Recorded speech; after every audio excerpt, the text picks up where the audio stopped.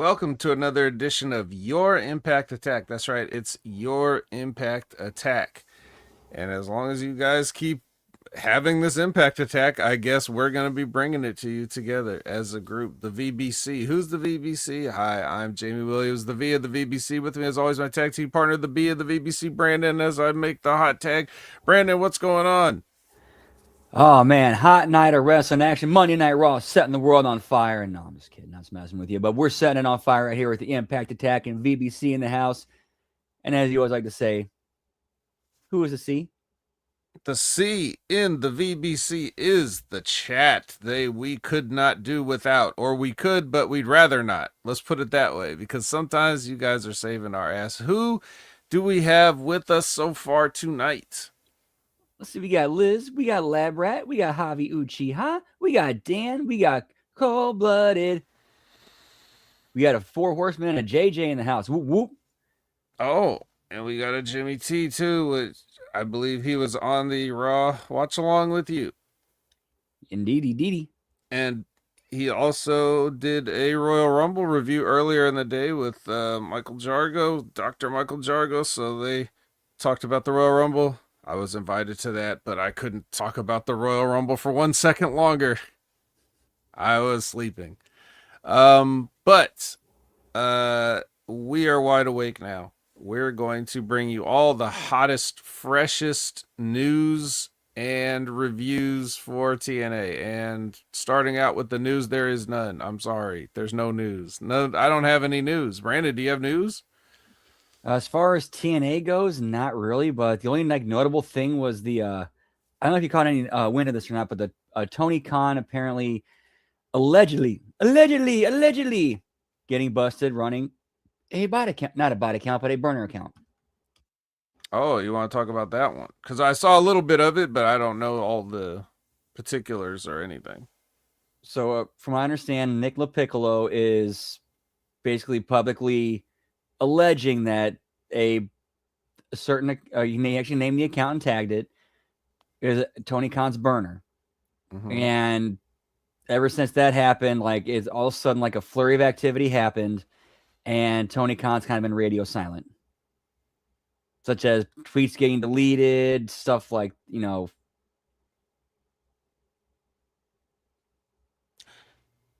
On his and, own and, account, on his normal Tony Khan account, he's gone silent as well. I think he's or no selling. I haven't like he hasn't really done anything outside of like regular promotion. Like there'll be times he'd reply and mention other things, but other than just like the normal promotion, he's been said nothing. Oh, but this other account apparently is now, I believe, deactivated. well, that's a punk move. You should completely lean into it and completely deny it, rather than just prove it right. Right? Don't you think you should have handed the account off to somebody just so that he could be like, "Here, you tweet from this." Yeah, those actions are very, very eyebrow raising and lean into, okay, obviously there's something here. Doesn't prove Yeah, it, but where there's smoke, there's fire, and that just adds more. That's just more smoke. yeah. I think you should just. It's not illegal to have a burner account, right? Well, it's not illegal, but well, it depends on what you're using it for. Yeah, but the account itself, just having two accounts, if you have an extra account you like to have a little fun with, nothing wrong with that. Now, if he's doing things that are conflicts of interest as far as business is going, that's one thing. But again, that's not, just hand the account off. Don't let them be right. If you're so worried of being found out, and if you are found out, you're not gonna say, "Oh, got me," and then continue on like normal, or you just don't need the account anymore because they found out it was you, so you just stop. If you're not gonna do that, then why just why just completely stop out of nowhere? Why not just, I don't know, why'd you even do it in the first place? I don't get it. But I'll never understand these people. So, um, That's great. That's amazing news. But on the other hand, though, like as someone who doesn't see much Tony Khan tweeting in any fashion or form, it doesn't do me any good. Um, and yeah, can I just say that Nick LaPiccolo is that sounds like somebody's name in an Adam Sandler movie. Like you really can't be serious with that, buddy. Even if that, I don't care if that's your real name. You should come up with a stage name. Your name is Julia Gulia. Like this is exactly the same type of. It sounds like his name is not Nick Nicholas. Even Nicholas LaPiccolo. It sounds stupid, but at least it sounds. You know, I'm sorry, I shouldn't say that. He can't help what his name is, but it sounds like it has a funny rhythm to it in English. Maybe a foreigner, maybe someone who doesn't speak English would not see that it sounds funny, but Oh, he's straight Italian. That's a straight Italian name right there. right. So maybe that's normal, but for us English speakers in the West, it sounds pretty funny to say Niccolo Piccolo. It sounds like his name is Niccolo Piccolo, is what it sounds like when you say it. I had to hear it a few times and see it in print before I realized people were saying Nick Lo Piccolo. So, anyways, yeah. Yeah, I couldn't help but think like first as soon as I heard his name, I first thought of Piccolo. I'm sorry. He's raising Gohan right now and training him in the mountains. Yeah. Nope, he's just calling out Tony Khan for having a burner account. Okay, great. And that's going to help anybody how? I don't know. But um in other sort of we could transition to other AEW news actually with this. I would like you guys to know that Fightful Select, remember, this is premium information on this Fightful Select. I clicked on it. I couldn't see it because I have to join Patreon, like their Patreon. I'm not going to do that. But just to confirm, this is select news. Despite the rampant speculation, Brandon, remember, this is news. This is news now. WWE hadn't factored Jericho into any of their 2026 plans, including the January 5th Raw and the Royal Rumble this past weekend. Did you know that they hadn't done those things that they hadn't already done? No, I had no idea they had not figured Jericho in because apparently Jericho's not signed yet. Oh my gosh. I swear that I saw Chris Jericho at number 27. That wasn't him? I thought I was mistaken. We were watching it. Wasn't that Chris Jericho out there? I mean, on Raw, wasn't that him? Wasn't he on the show? I thought Jericho was number 1. Oh. Yeah. Well, Fightful Select says they hadn't factored him in.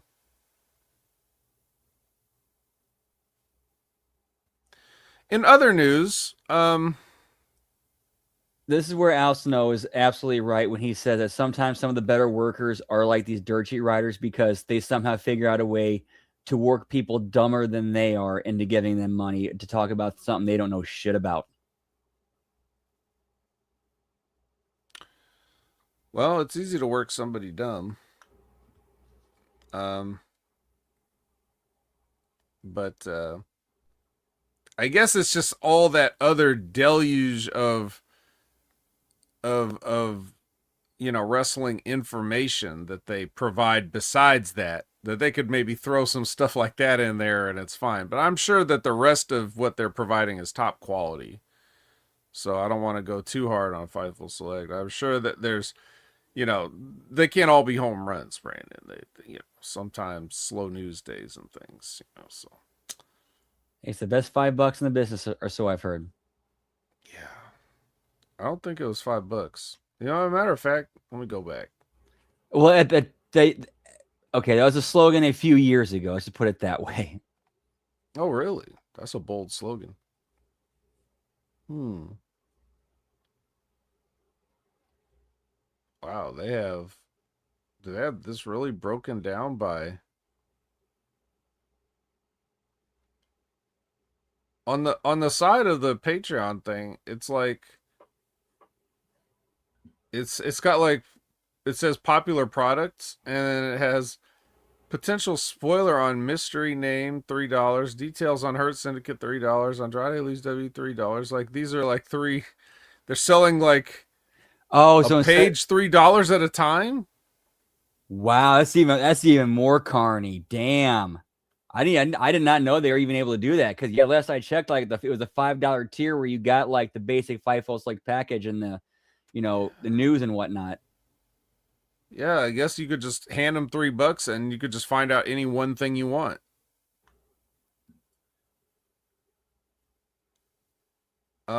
It's $7.99 a month now, and if you want to,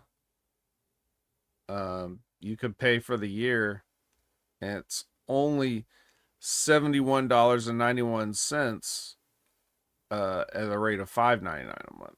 So you're saving $2 per month by doing it, buying your whole year at once. And now I better back the hell out because I don't want them to think that I really want to sign up for this. And then next thing you know, you're caught in a maze. It's like the only way out is well, I had to buy one of the stories. It's like, damn, I just found out. I just reconfirmed that Chris Jericho was not factored into the plans. Shit. All right. Well, anyways, in all seriousness, I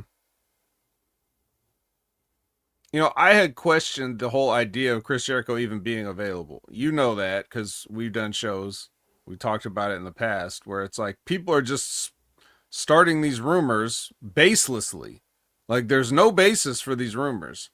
They're talking about contracts being up, even though nobody seems to know when contracts are actually up. Because as you saw, magically, here's Powerhouse Hobbs in WWE with no warning whatsoever, and now they're reporting that his contract is up after he already shows up or finishes up with after he did the taping where he dropped the titles to Horsecock.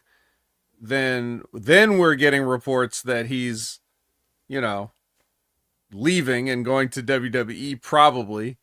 So it's not like they were telling us, oh, Hobbs' contract is coming up. Hobbs' contract is almost up. They weren't saying that. Not that I saw, and nobody that I asked saw. So, you know, the whole idea of Chris Jericho's contract being up, I don't even think is real. I think it's a complete rumor. And whether it's true or not, I just don't think they know. But for some reason, they want that out there. And when people like Dave Meltzer saying he's probably going to WWE, yeah, but you're Chris Jericho's friend, so he can tell you to plant false information or whatever to make to fuel the fires of that, so that if he comes back to AEW, it's even bigger deal, right? I don't even know if it's more money because I don't think Chris wouldn't let Tony Khan in on it. His contract is his contract. That's just what it is. So I just think that everybody's getting worked by Chris Jericho.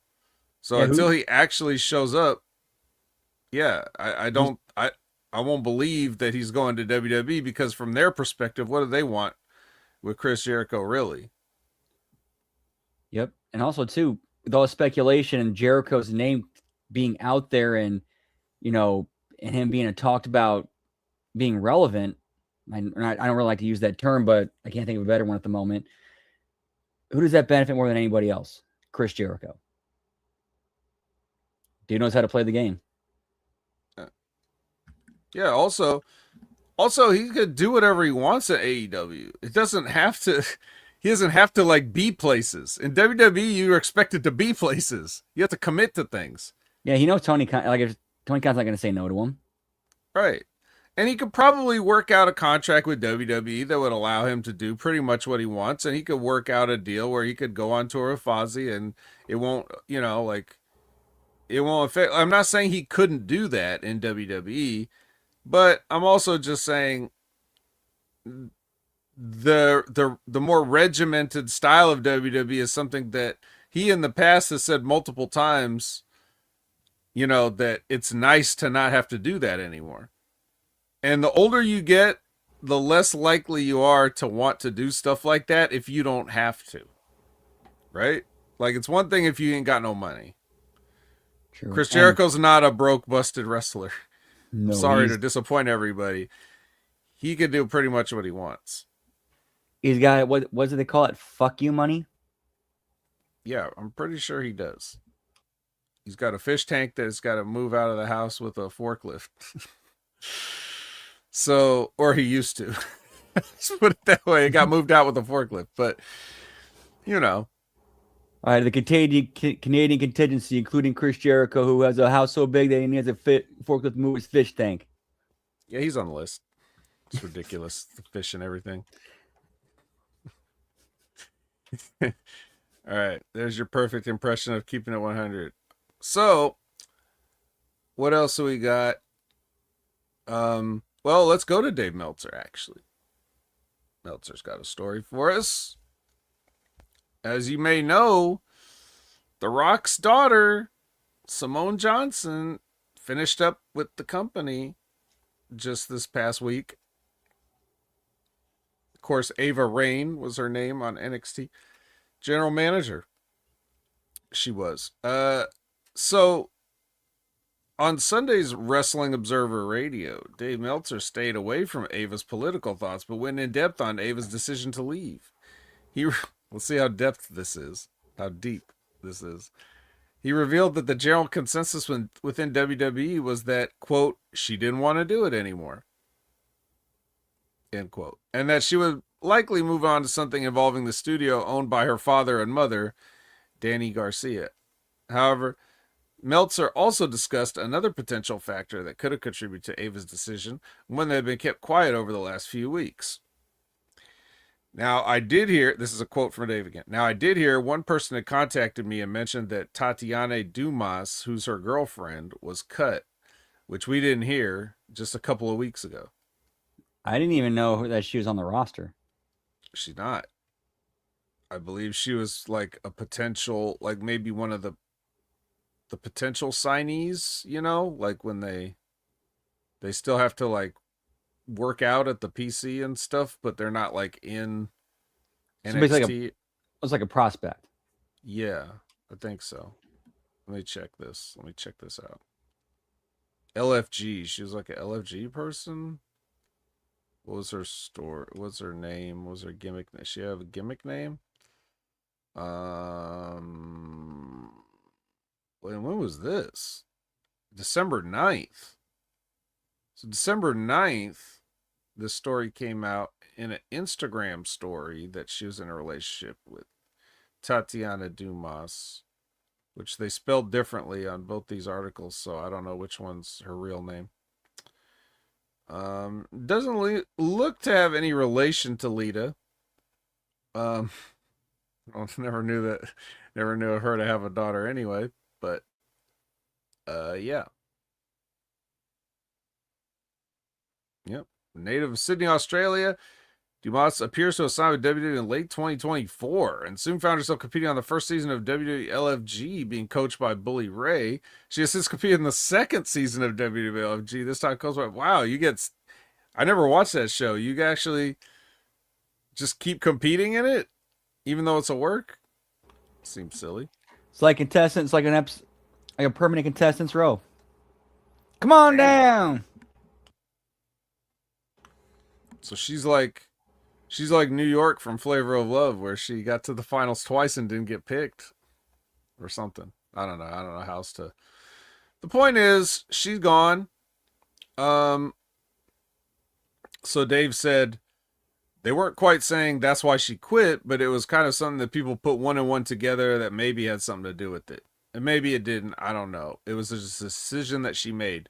And people didn't know. There was no word out that she was going to do it. I didn't ask, and I probably should and will, that if people knew, but it was just, yeah. It was her decision. It wasn't like they were going to get rid of her or anything like that, but she just didn't want to do it anymore. She just doesn't have to do it. So there you go. That's Dave's quote there. As you could, if you couldn't tell by the way that sounded, um, I'm picturing Dave sitting right there with the mic in his hand. Oh, and is trying to get something out, and like rambles on, like talks for 5 minutes and says nothing. Yeah. And but yeah, just for the record, by the way, this is my real hair. Okay. See, it is what it is. I'm not coloring it. I'm not gonna try to grow it out. Just gotta accept the consequences of reality, man. So yeah, that's basically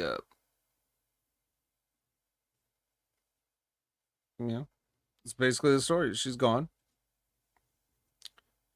And there probably are decisions that she came to that she wouldn't tell anybody anyway. Even if it was, I mean, if your girlfriend gets released, that's not the reason to quit the company.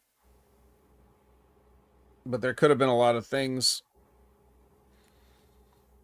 There could have been a lot of factors involved in that were good reasons.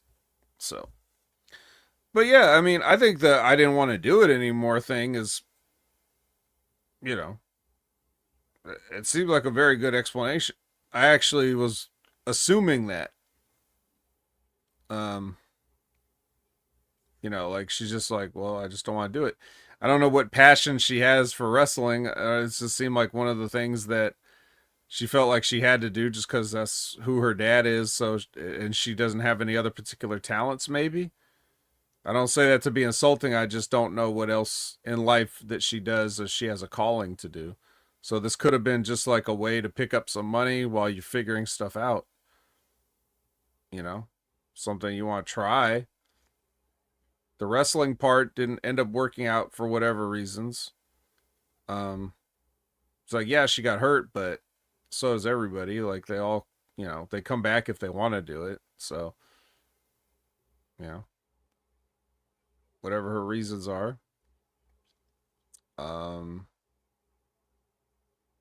They might never be public, or it could be like multiple things. It could be like, man, my knees are gone because I tried to wrestle, and man, they just cut my girlfriend, and man, this is a MAGA company, and I don't agree with their politics and stuff like that. It could be all those things, or none of those things. It could just be she doesn't want to do it anymore. I think it'd be a pie chart of so many different things. Yeah, usually in life, and Brandon, you know this, usually it's not just one thing that makes you make a huge decision, especially about your career. Usually you have to consider multiple things. So it's real easy to make guesses if you're some dirt sheet or whatever. But like Dave said in his own quote, I didn't call anybody, and I probably should, and I probably will. Yeah. Because you just didn't care. You're not concerned about the fake GM of NXT. So, hey, that means we might get William Regal come back.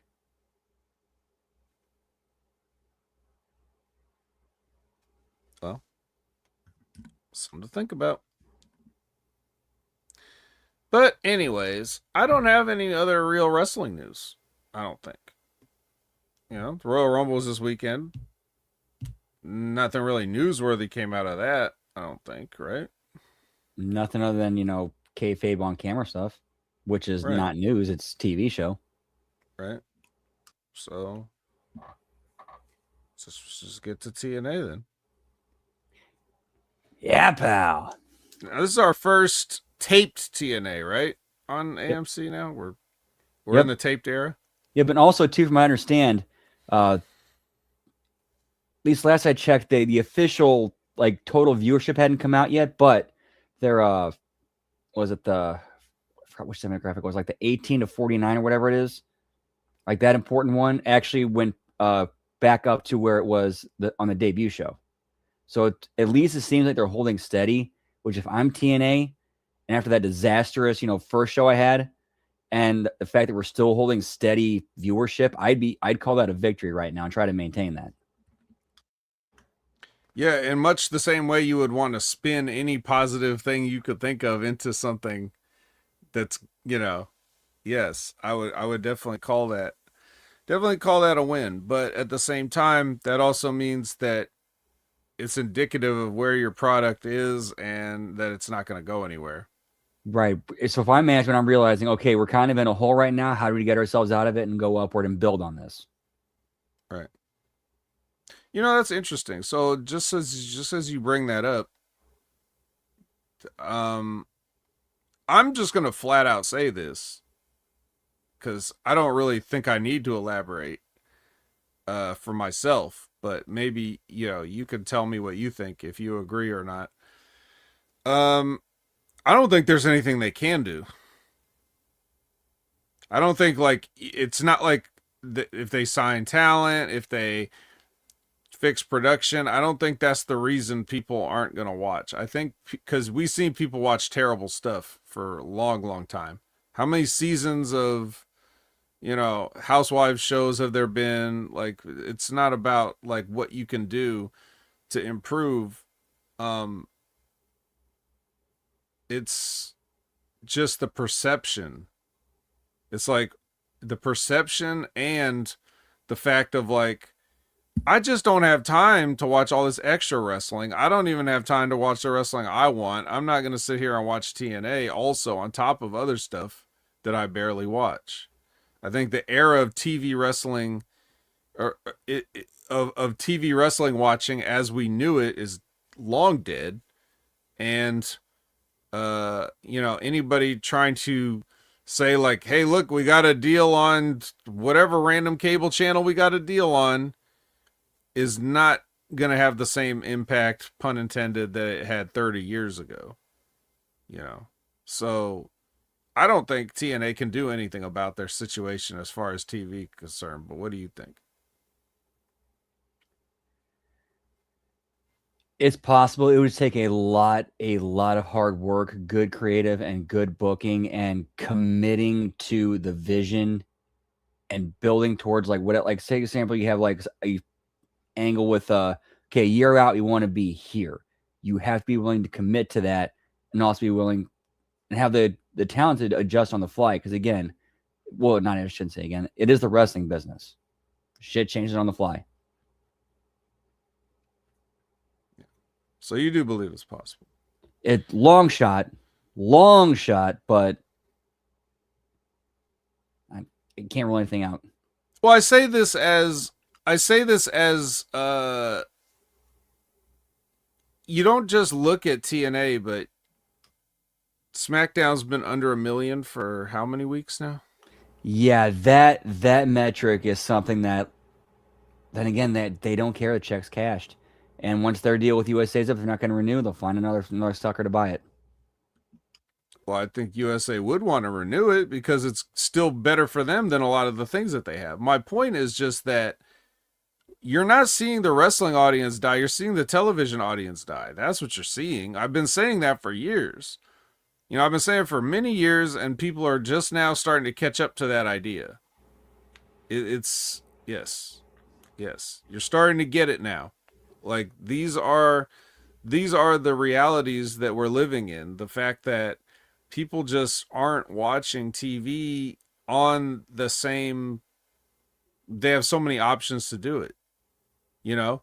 And when Dave would say those kinds of things, he get called out for like making excuses and stuff. Like they still every week on Cache the Marks, he'll get roasted by Vince and Jeff for trying to come up with every excuse of like why this number wasn't this or that or whatever.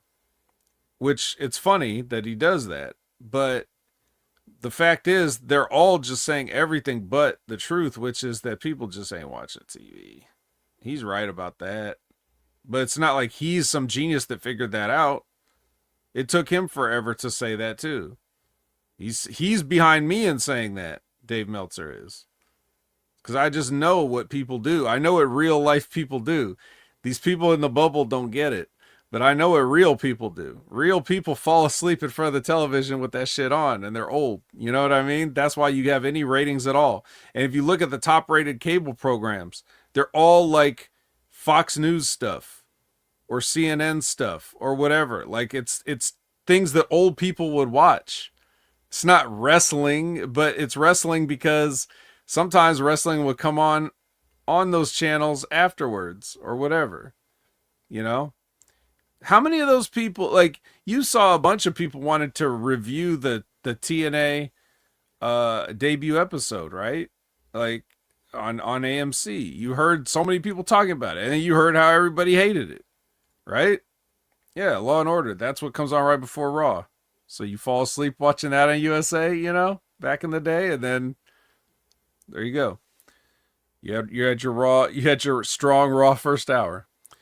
But so you heard everybody and their mother come out of the woodwork to review TNA on AMC, right? How many of them actually sat down on a television at the proper time with AMC on to do that? You really think all those people did that? Probably not. No, they didn't. Because one thing we can all agree on is that in 2026 and beyond, we're all going to get less and less and less inclined to be sat down and made appointments for. We want to do things on our own time because we don't have time, right? I'm not going to sit here and watch this wrestling show when you tell me it's on. I'm going to get to it when I get to it. And I have a variety of ways to get to it. If I have Netflix and I can't watch Raw at 5 o'clock Eastern, right? Or 8 o'clock Eastern, I mean. Yep. You know what's been making that same point too? Disco Inferno. Right. Again, way behind me, because he was one of the ones that was always bringing up the ratings all the time. And now he's finally changed his tune quietly and nobody's called him out on it. I'll call him out on it because I was saying the same stuff years ago.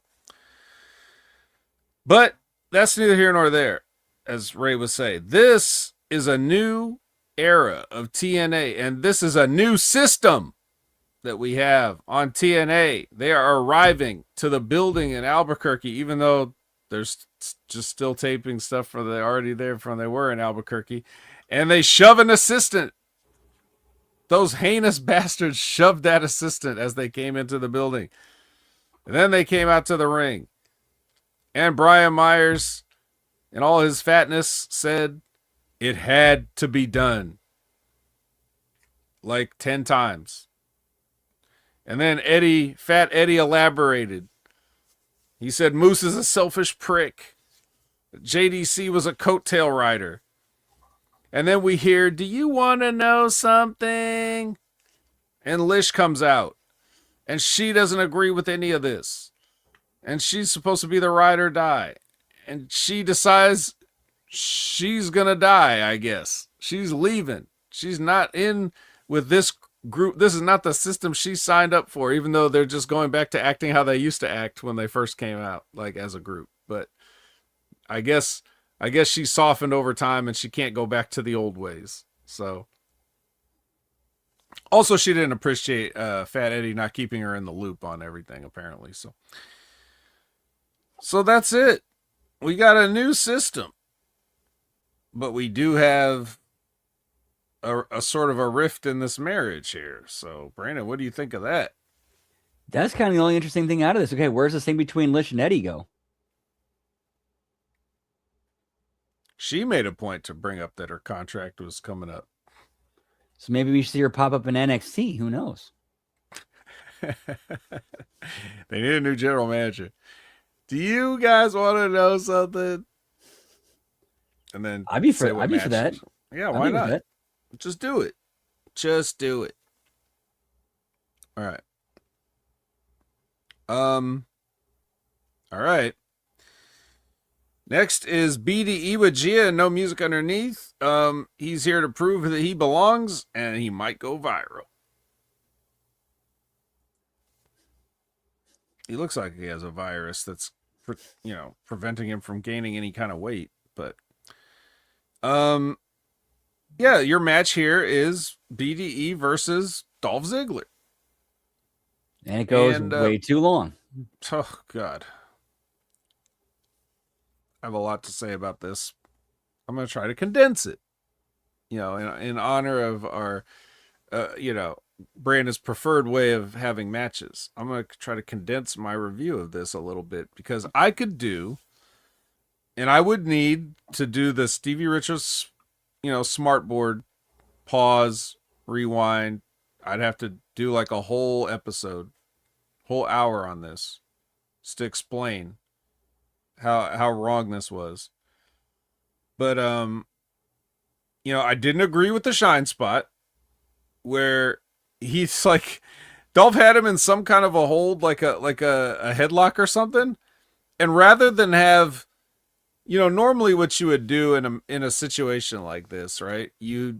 I said I was going to condense this, but I can't help it. Brandon, when you're telling the story of the cocky heel and the baby face that's like maybe out of his league and being underestimated here a little bit, though, like he does have a skill that you don't give him credit for as a heel, so you're just playing around with him, right? And then he shows you something where you're like, oh my god, I didn't know he knew that. So he's got the headlock. So what would you do in a situation like this where the heel has a headlock on the babyface? You would probably just have him reverse it in some kind of a scientific way. Like, oh, I didn't know he knew that hold. He actually does know how to wrestle a little bit. He's not just an influencer. You're telling these stories by doing one move. You tell the crowd several things with one move. That's what a worker is, okay? You're telling the story. What does BDE do? He just gets out of the headlock. So, like, he just grabs Dolph Ziggler. I've never seen anybody get out of a headlock like this. He just knocks Dolph Ziggler's hands down and forearms him in the face. And why would Dolph Ziggler allow it to happen? Like, if I'm doing that, and a guy's trying to throw my arms up, like, no, I'm wrenching it in, like, no, you work for it. Collegiate wrestler Dolph Ziggler. Yeah, like, yeah. Why wouldn't he know better? That's like a spot you could get away with if the guy's like 10 times bigger than you. Like he's just so powerful that he doesn't have to have technique. If you're a smaller guy, you need technique. And in a shoot, there are techniques. I could get out of a headlock at least 3, 4, 5 different ways to show that I have some wrestling ability. And this kid didn't know any of them, or he just decided to do the worst idea, right? And then he goes into a thing where he shoves him, like again, the offensive shove, and then clotheslines him over the ropes. What? And then dives on him? Okay. Again, let's remember this. Let's look at the size of BDE. Like, I shouldn't say the size, but like the mass compared to that of Nick Nemeth. That's no. But remember, as you say all this, remember, it's Dolph calling this match. Yeah, that's where I'm just like, unless the only thing I could think of is he got the call from above. But even then, I think he would know better and figure out a way to work around that and do it. Yeah, there's no call. There's no call for like the individual moves. Even the agent or whatever, they're not going to tell whoever the agent is for this. Couldn't tell Dolph Ziggler anything. They would probably just say, you know what to do with the kid. That's why they picked Dolph Ziggler to do this. And look, I'm just saying, like, I've never been a fan of his necessarily, like, as a performer. And these are the reasons why. Like, I've been seeing this for, 20 years? I've been seeing this for 20 years. The same kind of stuff where everybody praises him because he takes bumps. Well, now you're taking bumps for somebody you should be taking bumps for because you only know how to do one thing. One trick pony. So, I don't agree with the shine spot. Then he gets a long heat where he just, basically just pushes him around and kicks him and stuff like that. That's all fine. Does the kid know how to do a small package? Because there's a spot where he called, you know what I'm talking about. That's why you're shaking your head. I don't know what the hell that was, But basically, he flew at Dolph Ziggler, and Dolph Ziggler pinned himself somehow, uh, using the kid. I've never seen this in all the years I've been watching. I've never seen this move, whatever this thing was supposed to be before. Yeah, this wow. I really think this was Dolph trying to buy time because this match should not have gone. I went back to go look at the time, like over 11 minutes. This should have been 3 to 5 with entrances and post match. Mm. That was the big problem right there. Like that's where you immediately went wrong. Yeah. Well, whatever this kid has done so far, he's not learned a small package, that's for sure. Did you also like how, remember, collegiate wrestler, former WWE World Heavyweight Champion Dolph Ziggler, did you like the part where he had BDE in the same move that retired John Cena and then also just retired AJ Styles at the Royal Rumble, and this kid just works his way up? Yeah, that was kind of being a little too cheeky, in my opinion. There's a time and a place for it, and this wasn't it, and that wasn't the thing to be using right now. Well, he's here to show the world, you know. So, but yeah, so the awkward comeback, and then he went to go do one of his patented fly at a guy backwards things and got a danger zone out of the air. So I know he was going for a cutter, but he got danger zoned. I mean, you could only tell that because the announcer said it. Whatever they did looked just like a couple of guys jumping in the air and falling down in a heap. Didn't really look like a danger zone. Didn't look any more like a danger zone than the small package looked like a small package, but here we are. And finally this painful experiment is over. I don't know if BDE learned anything during this, but I would hope so. I'll tell you what you should have learned. You should have learned basic headlock reversal. You should have learned how to do an inside cradle. That's 2 things right there. Yeah, but he definitely looked like a social media influencer that was trying to have a wrestling match, in my opinion. And then Ryan Ziegler comes out to congratulate his big brother and say, I'll be back there to hang out with you, but I gotta take care of something. So he goes to the ring and he says, please have Marshade come out here now. She comes out. He's like, can you just shake my hand and admit that I beat you? Or you can give me a little smooch if that's okay, whichever you want to do. She goes for the handshake, which then turns into a punch and another punch. And she goes to give him the super kick, but he catches it and gives her a clothesline. And that's just the most dastardly thing anybody could do, is clothesline a woman in this company that allows intergender matches or acts like it's no big deal that she could knock this guy out with a kick several times.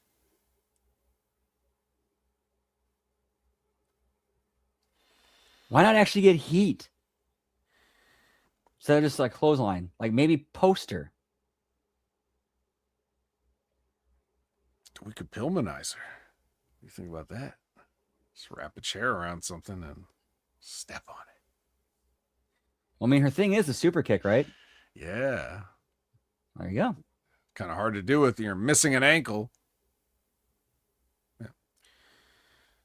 Yeah, well, it is. No, it's a clothesline. It's just a clothesline, and Now remember, she's trying to sell this, even though this already happened. She got this from Agent Zero, and she was cleared according to that gimmick injury report from back then. So taking it from Ryan Nemeth, it should even be. Yeah, what is he compared to Agent Zero? Nothing, right? Yep. Yeah, unfortunately, the super kicks become That's become so bastardized. Well, speaking of bastards, we have the Elegance brand and the. I guess they're gonna have a match. I'm not even gonna detail what they tried to call a celebration here, but they may have a match with what I would like to call the Indie Warriors, which is of course the team of Indy Hartwell and the Angel Warriors. Uh, look forward to that next week, I guess. Yep. That's for next week. Okay. Next is a non-title match for the international title. Stacks defending against Hometown Man. If I had some advice for TNA Creative, I would say maybe don't use Hometown Man in a town that doesn't have any teams. Because Albuquerque, New Mexico has no professional sports teams. As a matter of fact, his jersey that he came out said Isotopes, which, as Simpsons fans, we love that. Go Topes. Yeah. But also, like the Simpsons, you may remember this classic call: Topes lose. Topes lose. Yeah, Dancing Homer wasn't here to save the day, so it didn't work out. The story of the match was that Ariana would not cheat in this match. Remember, she made up with her dad and apologized for being a bitch for a couple weeks. And she's not helping. Like, Hometown Man fed to the ropes. She wouldn't punch him. She wouldn't push him off the top. She wouldn't push him off the top rope when, the referee was distracted and he was climbing up to the top rope. And she wouldn't give the belt to Stacks when he was like, give me the belt. And matter of fact, she yanked the belt away from him when he tried to grab it. But he still ended up beating Hometown Man with the old thumb in the eye, roll up feet on the ropes. So, I mean, all's well that ends well, right? Yep. I mean, at least they built some suspense and thinking that you might see Hometown Man go over because of the dissension, but no, actually get Stacks over as still being more dirty. As okay, if my plan A doesn't work out, I got plan B and C. Topes lose. Topes lose. Topes lose. Damn. Well, anyway, another match that no, wait. We're not there yet. We are at I used to get so excited for the gimmick injury report. We all did. Until they completely ruined it. Because they hate us. They know. They know what they're doing. They're not going to make the gimmick injury report entertaining or realistic. They're just going to dumb it down. And even we can only do so much to spice it up with what they give us. They took away Moose is out. They took away what made it fun for us to make fun of. Yeah. Yeah, they don't, they really do have a WWE partnership, don't they? They learned that from WWE. Who's having fun in here? Let's knock all that off. Right? So yeah, Moose. He's out. We all saw him get jumped out of the system, but apparently they exacerbated his back injury. So, there you go. He's out. Rich Swann is cleared. Which is good. They need him clear for the main event tonight. Yeah. You don't say. Yeah, they showed a highlights of him taking some bumps in that match with AJ Francis and saying that was he took some bumps, but he's cleared. And they also have Mara Sade now after that vicious clothesline in evaluation. So we're going to need to wait till we, get some more tests done, I guess. I'm betting she has contusions. They're going to be monitored day to day. Yeah, that's probably it. Fuck you, TNA. We're still going to have fun with it. Yeah, we're trying, We are trying. Um, Ariana Grace is trying. Uh, she's trying to get Stacks to understand, like, hey, I don't want to do that thing anymore where I am evil. And then, um, you know, Santino walks up and they kind of have a little weird falling out. This whole thing, I didn't understand what anybody was talking about. It was like Stacks Stacks didn't understand what was being said to him. Like he didn't even speak the language. I didn't understand what he was saying. Santino didn't say anything. Ariana Grace was trying to trying to have a conversation by herself. It was very bizarre. It was very bizarre. I didn't get it.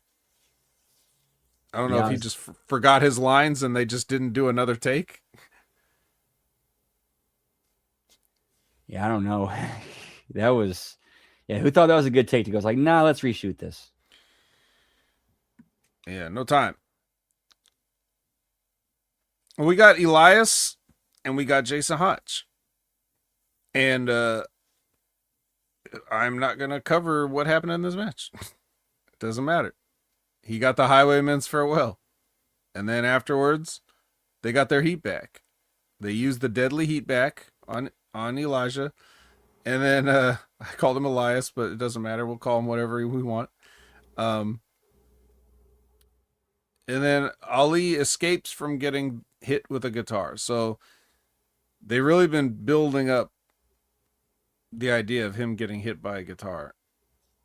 And I just have this feeling like if he eventually gets hit by the guitar, it's not going to be that big of a deal because it's just a guy getting hit by a guitar.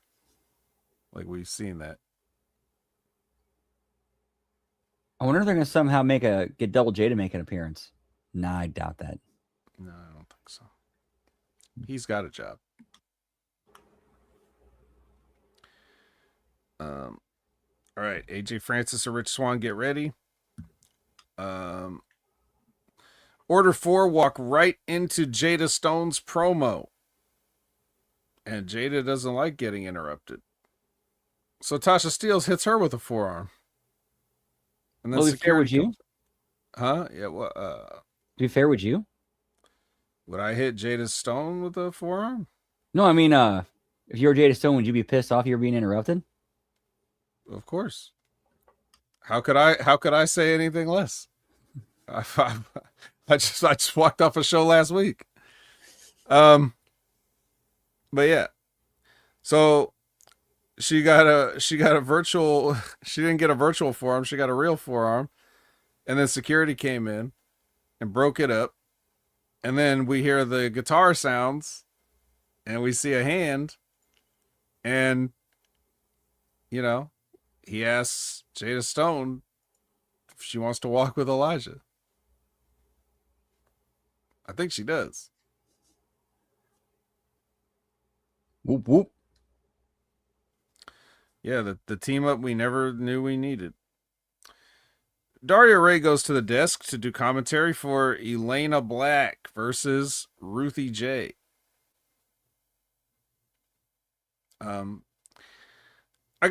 I gotta it's funny how you learn in NXT, right? You're supposed to learn, and they clearly definitely try to teach these kids the one thing at NXT is to work for the cameras. They definitely try to teach them how to do that. And isn't it funny how you learn to work for the cameras and then you come over here to this operation that they call TNA and you're trying to work for the cameras and the directors of the truck refuse to work with you because they can't get the shot that you're trying to get when you're working for the camera that you think you're supposed to be working for. Not only that, for a taped show. For a tape show. Indeed. Pretty funny. Yeah, they do need to build her in.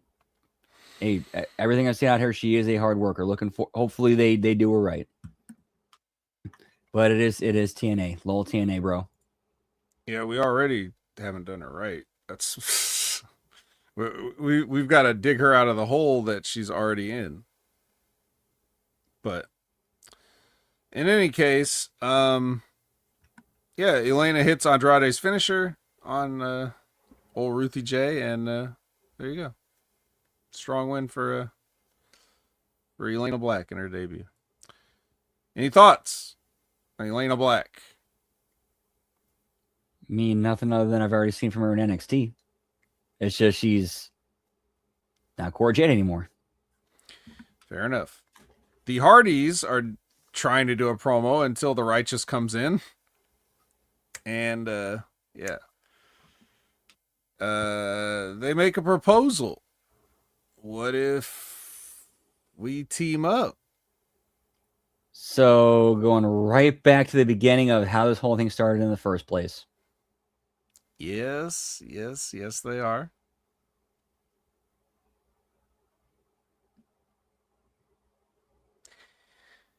Moving right along.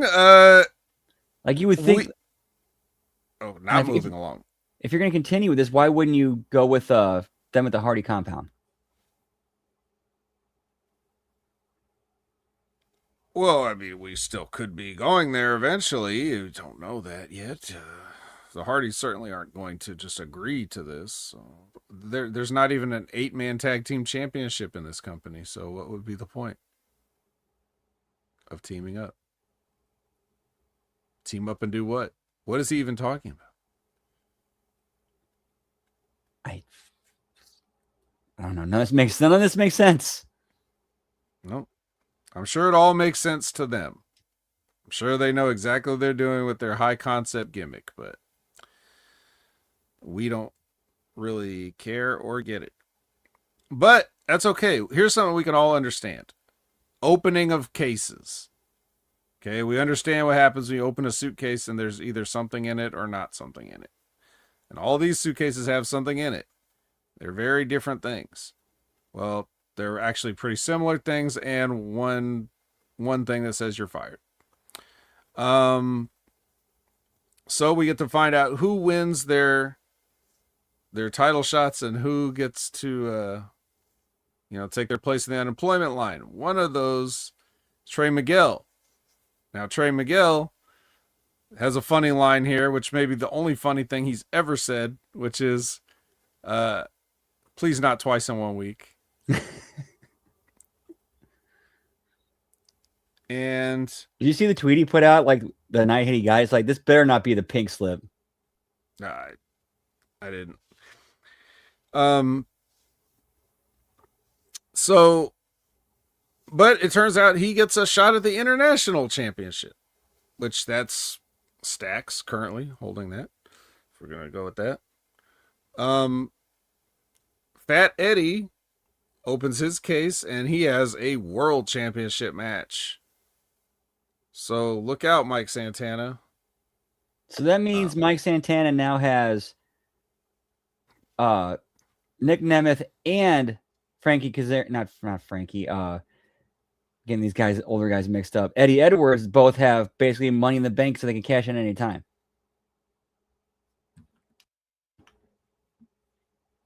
That's right. Well, you get a cash in triple threat. How does that work? Does one overwrite the other? Like, sorry, we have a trophy cash in. We can't use a suitcase cash in right now. Yeah, wait till the match is over. Okay, I can do that. Yeah, what if they did that? What if they did like Dolph can cash in his trophy and then he can win, and then Eddie can cash in his briefcase and take it right back. Double swerve. I don't know. It doesn't matter. Burt Macklin's fired. Topes lose. Sorry, Burt. Well, he does have a job at the FBI, so that, that's definitely on the plus side for him. But I think he wanted to wrestle, so it's kind of disappointing. And what does this even mean? First of all, what does it mean to get fired in TNA? Second of all, was this what if he was actually gone? How come were we getting? I'm sorry, maybe I forgot. Were we getting the reports from Fightful Select that Burt Macklin's contract was coming up and he's not likely to stay with the company? Like, did anybody report on this? Like, was anybody rumoring this? We just weren't paying attention, or we forgot. I just want to know. I don't know. I didn't catch anything about that coming across the newswire. I didn't either, but I'm not saying it didn't happen, but just don't recall. JCW, hit him up. All right. Well, that of course means that Eric Young gets an X Division title shot, I guess, right? I mean, it's by process of elimination. That's what we got. Interestingly, no tag team title shot in there. It was international instead, which was different this year. Mm-hmm. Which I think might have been an audible because of I think Jeff's hurt right now, from what I understand. Like he's having like neck issues right now. Oh. Oh, that'd be another way to that'd be a good excuse to get the tag team titles off of them. So maybe they just didn't want to do it. They just didn't want to make tag team title feast or fireds this time since they had an extra singles belt. Regardless, doesn't really matter. The System go to visit Santana, and Santana's like, I already beat all you guys before, so it doesn't matter. And then they're like, well, this is the new System. You can't beat the System. So that's their new catchphrase. Can't beat the System.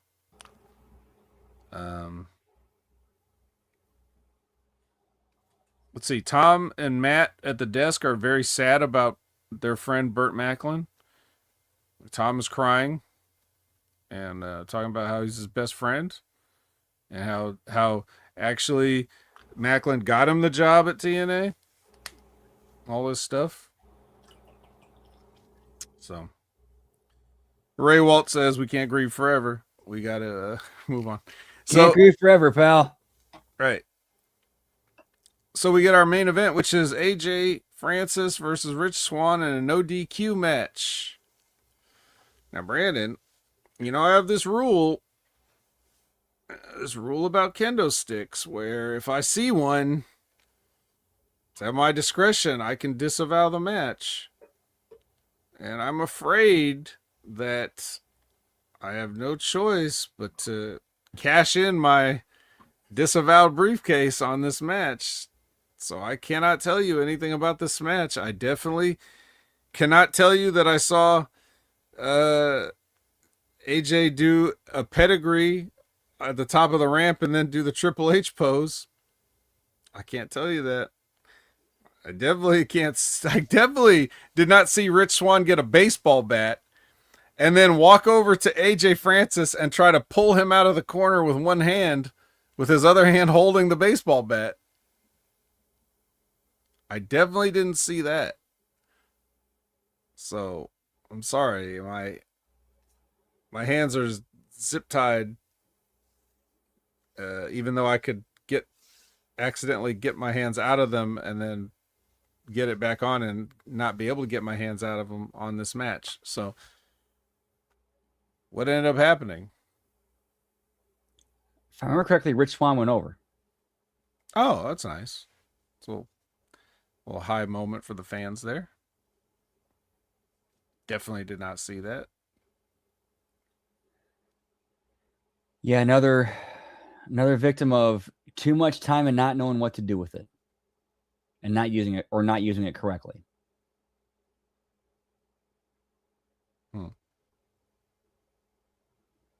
All they had to do was just leave the kendo stick in the back. That's all they had to do. Oh well. And then at the very, very, very end of the show, Frankie Kazarian is knocking on, or I don't even know how this played out. I just know Frankie Kazarian and Daria need to talk. I don't know who knocked on whose door or who was in whose office, but they need to talk. Come and knock on my door. Do do do do do do. 'Cause three's company too. Yeah, but it was him. I think it was him knocking on her door. I forget because it was like the the point of view was from behind her head, like the camera shooting over her shoulder, and Frankie Kazarian was standing in the doorway. So it's like, if we're shooting Frankie Kazarian and we're seeing him in the frame, that means that he's already in the room. So like he was waiting in her office for her to come back or something. I just don't remember because I watched it, but then like I didn't think about it until just now. But I was like, wait, how did they do this? But I think yeah, if I remember, it seemed like it was like kind of like a hidden shot where it was over Kazarian was the one in front, and then her office door opened, and then he walked in with her, and that's where they ended it. I could be completely wrong though. it's definitely him facing the camera. So it was whatever it was. It doesn't really matter. It's just that they need to talk. We got business behind closed doors, pal. Get those NDAs ready. Whoop, whoop. That's right. Well, we know one thing. We know that she's not going to ask Kazaria for any special favors. Yeah, that's kind of a little bit out the. Yeah, that's kind of out, but a little bit. That'd be a little bit unbelievable. Yeah. At least not those kind of favors. She could ask him for different favors, so we don't know. So we'll just have to. I guess that's why we watch. We watch so we can find out what happens. But that's enough watching for this week. My goodness. What did Frankie Kazarian and Daria Ray talk about? Tune in next week to Dragon Ball TNA.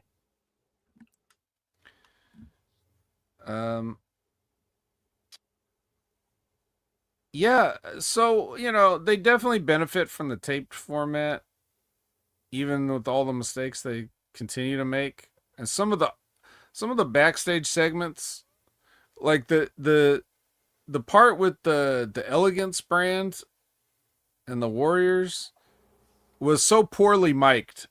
I could not really hear what some of them were saying. Not that I wanted to, but I'm just pointing that out. So they still have those issues, but when you don't have the pressure of a live show, I think that works better for them. And I really think live shows are the move to like the expectation being that shows are live, I think has done a lot of damage to the wrestling business in a way, because you have to create more content under pressure and in greater volume.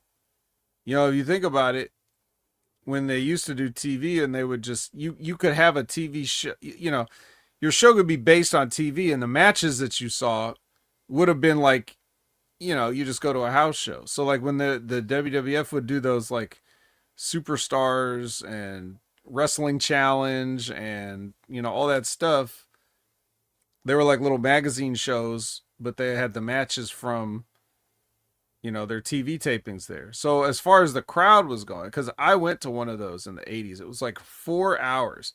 I used to go to every once in a while, I used to go to Arco Arena, for a house show here and there when I was a little kid.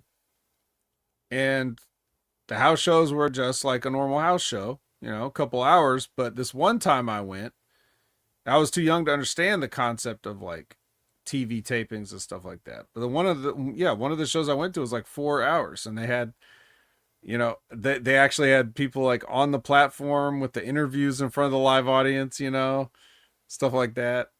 So it's like, okay, you take those matches and you see those throughout multiple shows. Whatever matches got taped there, they use those for multiple shows, multiple TV shows, And then that way, that solves the problem of the audience. The live audience doesn't have to watch your pre-tapes on the monitor, on the Tron, and just sit there. And like, I left my house to just watch TV, and um, but then the people at home don't have to just sit and watch commercials or extra long matches. You know, you can shoot stuff to put on just the TV show that the other people won't see. But now, if you have to do live shows all the time, it just ends up being this mess, and everybody complains. So, in the long run, going live has hurt wrestling, but Unfortunately, that is kind of the demand of the television business or streaming business right now is live content. That's where the money is. yeah, it's the only thing that can separate you from the streaming, because streaming always has those issues, that TV doesn't have. It's very rare for the TV to have the kind of issues that streaming has. But whatever, that's not TNA's fault, really.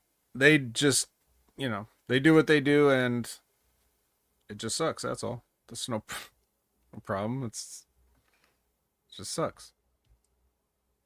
But it's only partly because of going live sometimes. Brandon, we are live now, but as we get ready to shut it down, what do you think about telling the people where you're going to be live for the week coming up? Well, see, coming up tomorrow, we got the late start NXT watch along, which airs right after the A show goes off the air. And then Wednesday, we got the AEW Dynamite watch along and bell count. Thursday, we got the double header of JCW Lunacy and TNA Impact. Friday, we got the SmackDown watch along and bell count.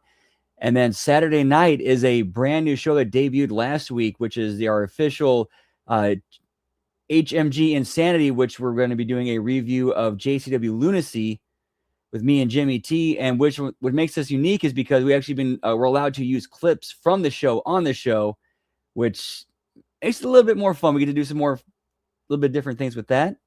And then Sunday we got HMG After Dark. Not sure what we're doing that night. Kind of think maybe pick back up with Glow and do some Lucha Underground. That's kind of what I'm kicking right now. Okay. See that. Very good. Congratulations on the debut of HMG Insanity. And once again, when is that? What day is that? And what time is that every week? Saturday nights at 8 p.m. Eastern, 7 Central. Nice. All right. Yeah, as far as tonight goes, in about 10 to 15 minutes, when this show goes off the air, we can continue with the Raw watch along. Just don't let your cousin throw you over the top. Yeah, as for me, you can find me at Opinion Haver everywhere. Next Level Wrestling Review every Wednesday at 8 a.m. Pacific, 11 a.m. Eastern with Big Ray Hernandez. Talk about NXT. Every Sunday, 8 a.m. Pacific, 11 a.m. Eastern with The Wreckage with Jimmy T and Professor Chabela Veracruz, even though Professor's going to be off the next couple weeks. But that's all right. Jimmy and I have been handling it before the Professor, and we'll handle it without the Professor, even though we do miss the Professor. So, you can check out Wrestling with Rip Rogers every Friday. Special guest on Rip Rogers Friday. You know who that was, Brandon? I did not have a chance to catch it. I apologize. Luther Reigns. Ooh. I bet that dude's got some stories to tell. Well, you better check it out. YouTube. It's on YouTube. Everybody like and subscribe and click the notification bell.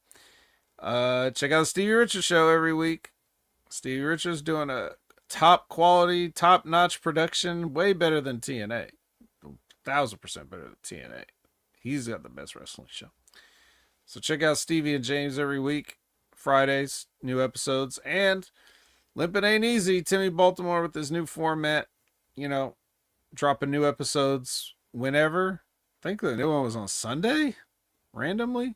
So it used to be on Wednesday. But whatever it is, again, if you like, subscribe, notification bell, then you could just watch it whenever you get the chance. Unlike appointment television, like TNA telling you got to be here on this day at this time on this channel. We're telling you could catch these shows anytime.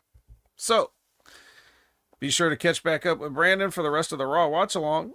And for Brandon, I'm the vet, and I don't have a sign off line.